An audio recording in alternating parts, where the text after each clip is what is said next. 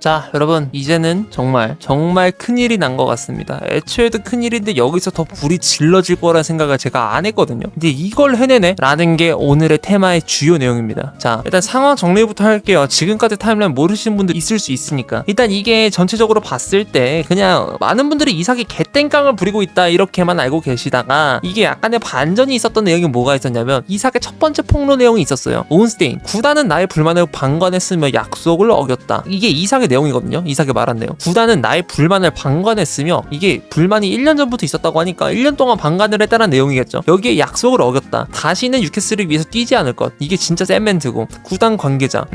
그런 적 없는데 뭔 소리야? 그리고 여기서 이삭은 나는 시즌 마무리가 되기 2주 전부터 구단한테 분명히 나갈 거라고 통보를 했었다라고 합니다. 근데 이게 왜 중요한 내용이냐면 내용이 바뀝니다. 그러니까 이삭은 예전부터 신호를 줬는데 구단이 방관했다. 그리고 시즌 마무리, 그러니까 2-4-2-5 시즌 마무리 2주 전부터 이 신호를 보내왔으나 뉴캐슬이 무시했다. 이게 되는 거기 때문에 게다가 여기서 이전에 있었던 디렉터가 이삭하고 재계약을 약속했었어요. 근데 이거를 폴 미첼이라는 사람이 왔을 때 내가 받은 지령은 임시 직책으로 와가지고 PSR을 막아주세요 였어요. 그래서 PSR을 막으려고 하는데 이삭 재계약해주면 큰일 날 것 같네 싶어가지고 일단 이걸 빠꾸를 쳤단 말이에요. 구단을 위해서 어쩔 수가 없었다 라는 내용으로 해석이 되기도 하는데 어쨌든 그래서 이삭은 이에 관해서 불만이 있었고, 왜냐면 사실 이삭이 뭐 뉴캐슬에 비해서 그렇다 하더라도 나는 약속받은 게 있고 당연히 이렇게 주장할 수 있는 거란 말이죠. 그래서 이삭은 역시나 불만이 터졌고 저 발언들을 하면서 여기까지 왔는데 여기서 기자들의 정론이 이랬습니다. 대체자가 있어야만 이삭을 보내줄 수가 있다. 물론 너무 좋은 비드를 받으면 이삭을 그냥 팔기만 할 수도 있다. 뭐 이런 식으로 얘기가 있었고, 여기서 2차 폭로를 기대했었잖아요.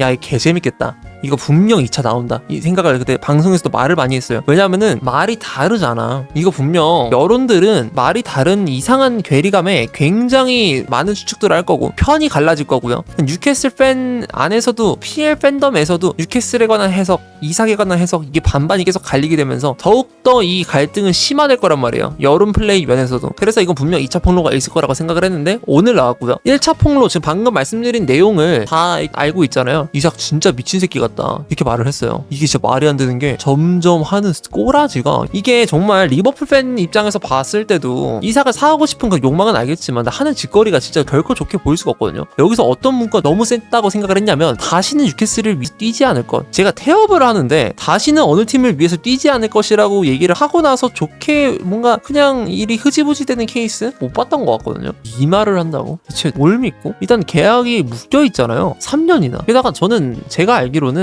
뉴캐슬 PSR 문제가 딱히 지금 자체는 없고 여기서 추가 소비를 했을 때 이삭의 재계약을 들어줬을 때 문제가 생기는 정도로 알고 있기 때문에 또 키퍼 쪽에 돈을 아껴놓기도 했으니까, 그래서 이론상으로는 이삭을 수납을 시켜놓고 시즌을 치르게 되면은 재정적으로만 봤을 때 뭐 성적이 박을 수도 있겠지만 그냥 그 다음 시즌의 재정만 봤을 때는 타격이 크게 없다라고 보여지긴 했었거든요. 이삭이 고주급자 라인은 맞는데 고주급자에서 제일 낮아요. 12만 파운드니까. 근데 이제 뉴캐슬이 진짜 뭐 수납을 당연히 하기 싫어하겠지만 어쩌다가 이렇게 하게 될 수도 있는 상황인데 여기서 이거를 그렇게 강하게 나온다? 다시는 뉴캐슬을 위해서 뛰지 않을 것? 제정신인가 이 생각을 했거든요. 근데 오늘 이삭이 인스타 스토리로 2차 폭로를 얘기했습니다. 일단 이전에 PFA 시상식 참여를 불참한 그 사건이 있었어요. 이삭이 PFA 시상식에서 올해의 팀이 선정이 됐기 때문에 갔어야 되는데 근데 안 갔고요. 그래서 제가 이 성명문 전문을 한번 읽어보려고 하는데요. 저는 동료 선수들로부터 인정을 받아 2-4-2-5 시즌 PFA 프리미어리그 올해의 팀에 이름에 올리게 되어 자랑스럽게 생각합니다. 무엇보다도 저의 동료 선수들과 지금까지 저를 응원해준 뉴캐슬 유나이티드의 모든 사람들에게 감사드립니다. 오늘 저는 시상식에 참석하지 않았습니다. 여러 가지 상황을 고려해봤을 때 그 자리에 있는 것이 옳게 느껴지지 않더라고요. 그동안 저는 침묵을 지켜왔지만 다른 이들은 말을 했습니다. 그 침묵이 사람들이 자신의 해석을 밀어붙이도록 만들었고, 비록 그것이 실제로 비공개 자리에서 오간 말과 합의와는 다르다는 걸 알면서도 그렇게 해왔습니다. 약간 의역을 하자면 난 너네가 모순적이게 굴어도 내가 침묵했다 이거죠. 현실은 약속이 있었고 나는 구단하고 약속이 있었고 구단은 오랫동안 저의 입장을 알고 있었다는 것입니다. 이게 사실이라니까?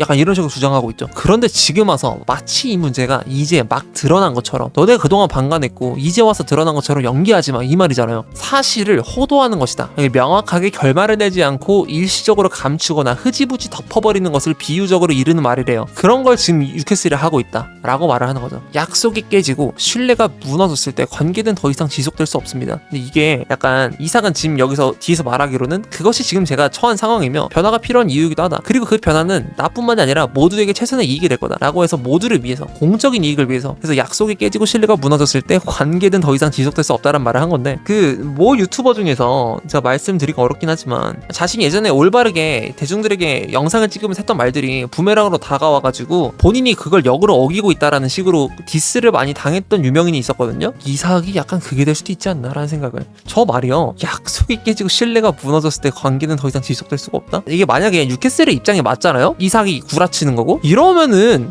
이거 이삭이 저 멘트로 욕을 더 먹거든요? 좀 의아했고요. 여기서 좀 봤을 때 뭐 PFA 시상식 참여 불참 언급은 사실 뭐 좀 불편할 수 있으니까 안 갈 수 있다 칩시다. 제일 중요한 건 이거예요. 구단이 말을 바꿨다고 언급한 거, 약속이 깨진 게 맞다고 재차 강조를 하면서 이로 인해 잔류가 불가능하다고 발언. 정말 놀라운 게 구단하고 내 입장 표명이 다르다라는 걸 인정한다는 거는 구단과 나 중에서 둘 중 하나를 으로 만들겠다라는 그런 의지가 강력하게 보이는 겁니다. 그렇잖아요. 감히 구라를 쳐, 약속을 어겨, 이런 식으로 가게 되면은 그 구단의 업무 행태 그리고 이 선수의 업무 행태 등에 관해서 소견이 훨씬 더 극단적으로 갈 수밖에 없어요. 어느 쪽으로 가든 이삭이 X인이 되든 뉴캐슬이 X인이 되든 둘 중 하나가 될 수밖에 없고, 그 이니시를 이삭이 열었다는 거예요. 지금 제가 말하는 거는. 이래서 그 되게 놀랍다는 거고요. 그리고 약속이 깨진 게 재차 강조하면서 말을 바꿨다는 것에 관한 강조를 얹었고, 이로 인해서 본인의 잔류가 불가능하다라고 정당화를 했죠. 근데 이게 뉴캐슬이 아니라 이삭의 말이 맞게 된다고 하면은 이게 정말 사실 잔류가 불가능한 것도 맞고 이삭이 억울할 수 있고 충분히 이해가 되는 것들이 있고, 사연이 길어지면서 여론은 점차적으로 이삭의 편을 들 수가 있고요. 그래서 저 말이 사실이라면 이삭은 진짜 억울하겠다. 근데 여기서 크레이그 호프가 말합니다. 이삭은 리버풀 행이 멀어짐을 느껴서 도박을 걸은 거라고 합니다. 사실 그렇긴 하죠. 이만큼 강력한 이니시가 없어요. 사실 방금 말했던 것처럼 굉장히 강력한 카드였기 때문에. 대신에 이렇게 되면은 뉴캐슬하고 다시는 보지 않겠다라는 게 더욱더 강조가 될 수밖에 없고, 실제로도 그렇게 될 가능성이 높아지는 사건이 되겠죠. 이적의 문이 닫히고 있다는 현실을 깨닫게 되자 그가 내놓은 대응이 이 내용이다 라고 호프라는 기자가 관계자들한테 들었다라고 하는데, 호프가 올린 트윗에 이런 내용이 있습니다. 대체자가 오면은 이삭 팔려고 그랬는데 이젠 진짜 너